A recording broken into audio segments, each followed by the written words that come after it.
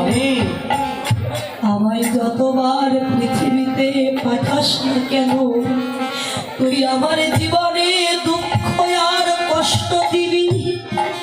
কৃষ্ণ বলল, সুদামা, সবাই তো সুখ চায়, তুই কষ্ট চাইছিস না। আমি সুখ চাই না কেন জানিস? ওরে সুখ পেলে মানুষের তোর কথা ভুলে যায়। কৃষ্ণ রে,